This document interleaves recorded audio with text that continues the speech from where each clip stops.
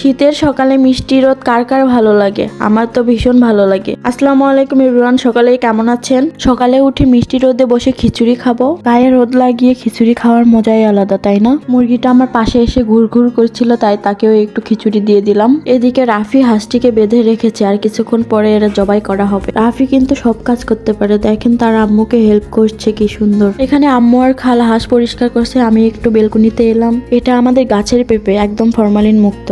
Formalin মুক্ত সবকিছুর টেস্টই আলাদা হয়। এদিকে নারকেল কুড়িয়ে নেওয়া হয়েছে, আমি আজকে হাঁস রান্না করব। গরম তেলে মশলাগুলো দিয়ে পেঁয়াজ কুচি দিয়ে দিলাম। তারপরে পেঁয়াজ একটু লাল লাল হয়ে আসলে এখানে আদা বাটা, হলুদের গুঁড়া, লাল মরিচের গুঁড়া ও কাঁচা লঙ্কা দিয়ে দিলাম। তারপর পরিমাণ মতো লবণ দিয়ে দিব। মশলাটা একটু ভেজে এখানে পানি দিয়ে আবারও কষিয়ে নিব। আজকে আমি মাটির চুলাতে রান্না করছি। মাটির চুলার রান্নার স্বাদটা একটু ভিন্ন ধরনের হয়, তাই না? মশলাটা কষানো হয়ে গেছে, এখানে নারকেল বাটা দিয়ে দিলাম। মশলাটা ভুনা ভুনা হয়ে আসলে এখানে মাংসগুলো দিয়ে দিলাম, দিয়ে ভালো করে কষিয়ে নিব। মাংসটা যত ভালোভাবে কষাতে পারবেন তত খেতে মজা হবে। আসলে মাংসর স্বাদটা আসে এই কষানো থেকেই। মাংস থেকে পানি ছেড়ে দিয়েছে, এই পানিতে অর্ধেকটা সিদ্ধ হয়ে যাবে। তারপর আবারও পানি দিয়ে ভালোভাবে রান্না করে নিলে রান্নাটা শেষ হয়ে যাবে। তারপর দুপুরের খাওয়া দাওয়া শেষ করে বসে বসে একটু পাতাকপি কেটে নিচ্ছি। এটা দিয়ে পিঠা বানানো হবে সন্ধ্যায়। আজকের ভিডিও এই পর্যন্তই। ভিডিওটি ভালো লাগলে লাইক, কমেন্ট, শেয়ার করবেন।